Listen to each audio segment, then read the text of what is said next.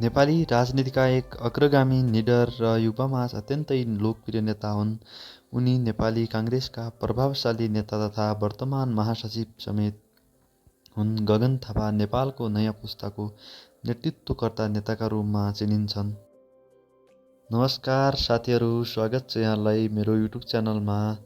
आजको भिडियोमा म तपाईँहरूलाई नेपालका एक चर्चित, साहसी, युवामाझ लोकप्रिय नेता गगन थापाको बारेमा जानकारी दिनेछु। उहाँको जन्मदेखि लिएर शिक्षा, राजनैतिक यात्रा, मन्त्रीकाल र वर्तमान भूमिकासम्मका सबै महत्त्वपूर्ण कुराहरू यस भिडियोमा समेटिएको छ। कृपया भिडियो अन्त्यसम्म हेर्नुहोस्। मन परेमा लाइक, सेयर र च्यानललाई सब्स्क्राइब गर्न नबिर्सनुहोला। आउनुहोस् सुरु गरौँ गगन थापाको जीवनयात्रा। गगन थापाको जन्म विक्रम 2033 साल काठमाडौँमा भएको थियो। उनका पिता महेन्द्र कुमार थापा र माता रामेश्वरी थापा हुन्। उनका हजुरबुबा सोलुखुम्बु जिल्लाको खाल्पा गाउँका धनी मुखिया भीमराज थापा हुन्। गगन थापाको बाल्यकाल केही समय सिन्धुपाल्चोक जिल्लामा बित्यो। उनका पिता महेन्द्र कुमार थापा नेपाल विद्युत प्राधिकरणमा इन्जिनियर थिए। गगन कुमार थापा एक दाइ र दुई भाइ छन्। गगन थापाले सिद्धार्थ वनस्थली हाइस्कुलमा पढे। सिद्धार्थ हाइस्कुलमा पढुन्जेल उनको इच्छा डाक्टर वा इन्जिनियर बन्ने नै थियो।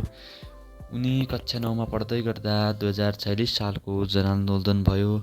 गगन थापा पनि सक्रिय भए। 2051 सालमा उनी त्रिचन्द्र स्वतन्त्र विद्यार्थी युनियनको सदस्यमा निर्वाचित हुनुभयो। त्यसपछि उनले राजनीति मार्फत नै अघि बढ्ने अठोट त्यसपछि उनको त्रिचन्द्रमा सोभियोमा सदस्य सचिव हुँदै सभापति बन्नु। गगन थापाको राजनीतिक यात्रा विद्यार्थी जीवनबाट सुरु भयो। उनी त्रिचन्द्र कलेजमा स्वतन्त्र विद्यार्थी युनियन FSA को अध्यक्ष भए।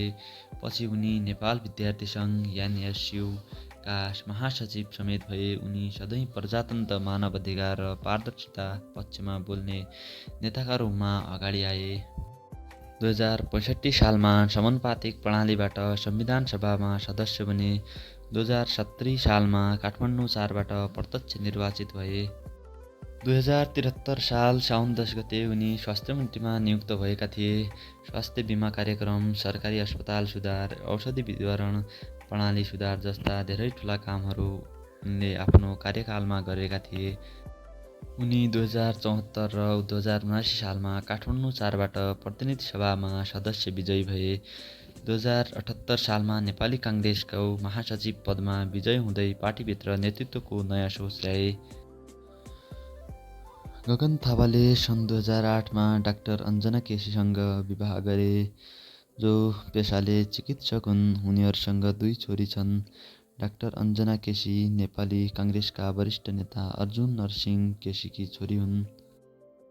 गगन थापा आफ्नो स्पष्ट विचार, निडर अभिव्यक्ति र युवाप्रेमी सोचका कारण धेरै युवाको प्रेरणा स्रोत भएका छन्। उनी स्वास्थ्य, शिक्षा, सुशासन र पारदर्शिता जस्ता मुद्दामा सधैँ सक्रिय देखिन्छन्।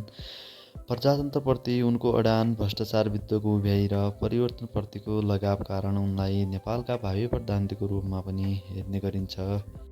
गगन थापा नेपाली राजनीतिमा एक असल, इमानदार र जिम्मेवार नेताका रूपमा स्थापित छन्। उनी नेतृत्वमा आएमा नेपालको राजनीतिमा नयाँ युग सुरु हुने विश्वास धेरै जनतामा रहेको छ। धन्यवाद भिडियो अन्त्यसम्म हेरिदिनु भएकोमा। यदि तपाईँलाई मन पर्यो भने कृपया लाइक, कमेन्ट, सेयर गर्नु।